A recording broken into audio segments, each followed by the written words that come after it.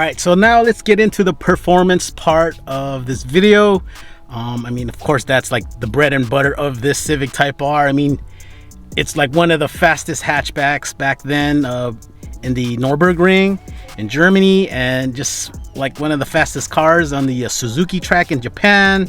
And it like compares to a Porsche that on the track, you know, the time attack, it's like it compares to it. I mean, this is a Honda Civic Type R. It's a Honda Civic, which is known as an economy car.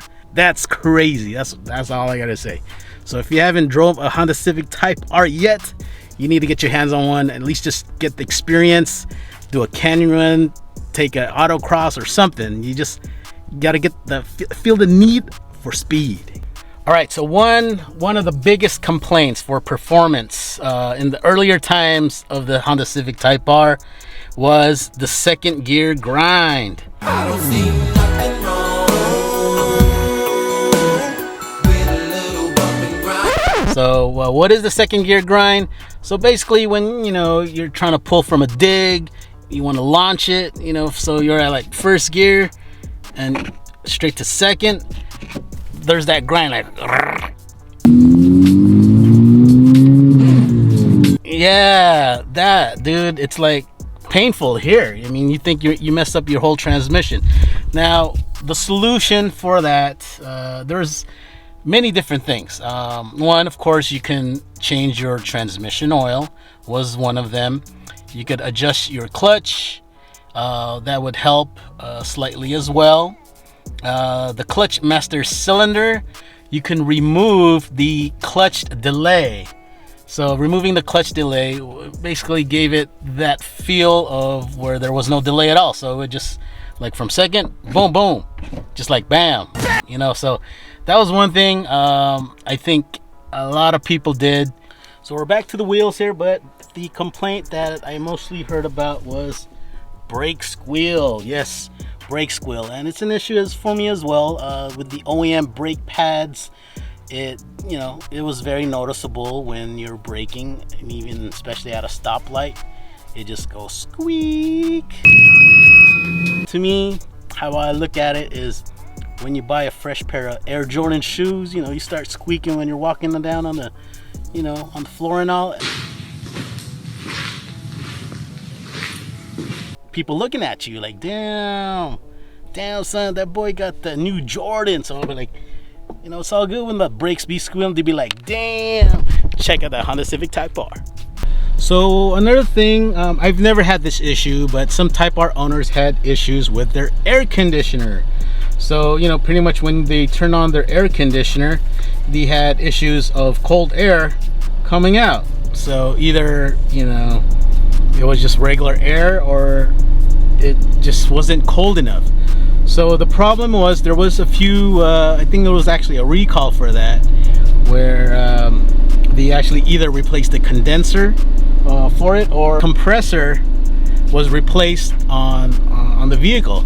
So, but of course, what you could always check is your air cabin filter, which is of course located in the glove box. Make sure that's not all dirty or clogged up. Replace that if you can. That'll be probably the first thing. But if your air is still not cold, how it should be, then if the car is under warranty, go ahead and bring it to Honda and get it checked out, and they may replace the condenser or compressor under warranty. Now, continuing on the air conditioner situation, some cars had the problem with the air conditioner making a whining noise.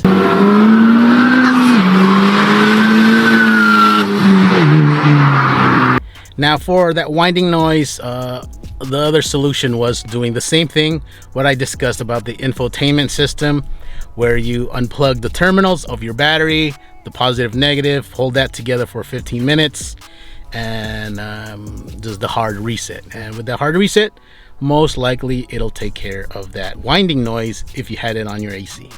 So another issue that a lot of people had with this Type R was the fuel pump. Yes, the fuel pump. Now, for myself, I did not have issues with the fuel pump. So an issue you would get is when you start driving, then actually the car will just stop. You're like, what? literally would just stop. Like, you don't know what happened. So you would pretty much call a tow truck. You know, they would bring it to Honda, the dealership, or your repair shop, and upon investigation, it was the fuel pump. Now, this fuel pump issue wasn't just on the Type R. It was in many other 10th gen Civics. A lot of people had those issues where they would get stranded when they were just driving their car, which totally sucks. I mean, I'm just imagine you're just driving and boom, like you're pushing on your gas throttle and it's not responsive. So yeah, that totally sucks. But it was an issue that I guess occurred back in 2020. Honda sent out a recall, I think back in July of 2020. And you know, if you got that letter, most likely you had a bad fuel pump and they would replace it under warranty. All right, let's pop this hood and talk about one thing where many Type R users would get problems when they're on the track. So yeah, let's pop this hood open. I love my dampeners here, so eliminates using the stick. So yeah, I don't have to hold. Anyways, so the issue was overheating. One issue. Now this is pertaining to like 2017, 2018. I'm not sure about 2019, but one issue was this area, this front grill. So you see how thick this is. This is just humongous.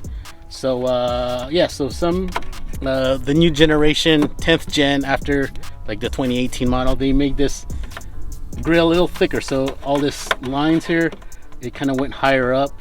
And I actually seen some people with this year, like 2017, 2018, they actually cut out some kind of area here, which I think is pretty cool. I mean, I would consider doing that, but I don't know. Maybe not. I don't know. So that was one thing to take care of overheating. Another one is having an upgraded radiator.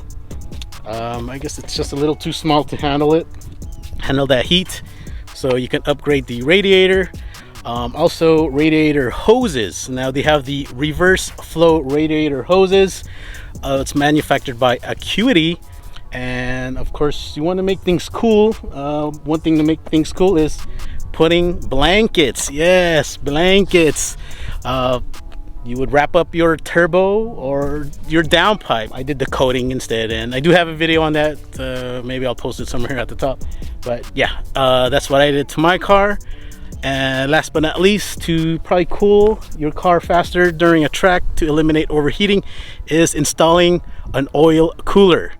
But what happens is, in this area, it would, you know, be put behind there, and the holes of this grill would help cool down the oil.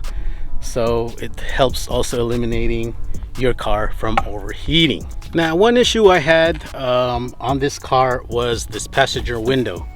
It took a very long time to roll up when I wanted to close the window. So if I did a comparison from the driver's side window and the passenger window would be like 3 to 5 seconds longer to get up. So I don't know if there was a recall for that, but I think back in the day as well, when I first got this car, I saw some people posting on you know, YouTube that they were having the same issue. So brought in and took for a warranty repair was that, and they actually replaced the motor that drives the window up and down. So focusing on the pros, and now of course these are just my opinion, like that engine bay. Woo, look at that sexy snakeskin gold. Now anyways, but one of the things I liked about this Type R here is that aggressiveness. I mean, look at it. It just looks crazy aggressive. I mean, look at this. Oh, man, I don't know. I mean, the 11th gen is coming around the corner, and just, you know, seeing all these spy shots and so forth, it just doesn't look aggressive enough. Now my taste is all about that aggressiveness. I mean, look at this. Look at that booty. Damn, I'm telling you. Sheesh. So one cool thing about this Type R is the Rev Matching. Now if you don't know how Rev Matching works, it's where, you know, you're in gear, you're driving, and especially when you're downshifting, it kind of gives a throttle beep or not beep, throttle bleep. So it kind of, you know, keeps your RPMs higher. So if you are like on a track, you know, making like those turns and all, your RPM is still high. So it's still giving you like a nice little power, you know, that power band is still there. So that's a pretty cool feature on this Type R with that rev matching. Now there's so many things I could continue talking about this Type R, but I mean, for the last, you know, 20 years or so, my first car was a 1999 Honda Civic EX Coupe, a red one, and it was actually manual as well, and that was like an awesome car.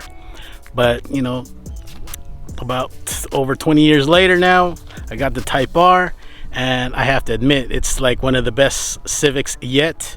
The torque, the horsepower, it's unbelievable. Now, of course, modifications, that's kind of this things that we do on our cars as car enthusiasts.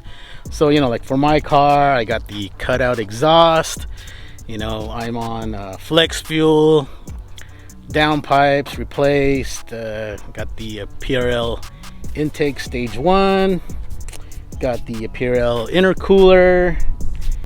Just speaking about all this modification, don't forget that it's okay to modify your cars. For many people out there who have, you know, a car but they're afraid to do modifications, we have the thing called the Magnuson-Moss Warranty Act, and look that up if you don't know what that is. But basically what it's telling us is if you do modify your car and it doesn't relate, if there's an issue that happens and it doesn't relate to that modification you did, then under warranty the dealership should take care of that repair. Now we're towards the end of this video, but I just kind of also want to talk about when I got this car. I got this vehicle just about $3,000 over MSRP. Now mind, this was back in 2018, and nowadays there's like markups minimum of 10,000 and more. But with this 3,000 markup, I did get a back window tint. So yeah, this back window was already tinted when I got it, and then I just pretty much yeah, this also was included, but not the passenger and driver window was not tinted, so I got that tinted the same color, or not color, you know, the same percentage thickness of those other two windows. So that was included with the 3,000 markup, and I also got free oil changes for a year. So that was totally awesome. So that was that part as well. Another thing was, oh yeah, they also included low jack for me. So also real quick, I wanted to just talk about this front strut bar right here. It is manufactured by 271. Has that brake brace right there, holds the master cylinder. But I just want to give a shout out to 271, and if you do buy parts at their website 271.com, make sure you use the special code SUP, like SUP, which stands for straight up positivity, and just put that in the notes right before checkout, and you will get awesome merch from my brand, SUP Lifestyle Movement, because it's all about being positive, staying motivated. And also don't forget, I do have a website, which is suplifestylemovement.com, and you could also use the promo code SUP SUP for free shipping on your whole order, especially apparel. That's the end of the video. I thank you for watching the video. Make sure to like, comment, share, and subscribe. I appreciate everyone watching this. Truly, I am so blessed for everybody. Check this video out, the 4-year review. There's more things to be said, but I just kind of wanted to focus on the main things that probably people hear about. But for now, keep smiling, be safe, and always stay driven. Peace.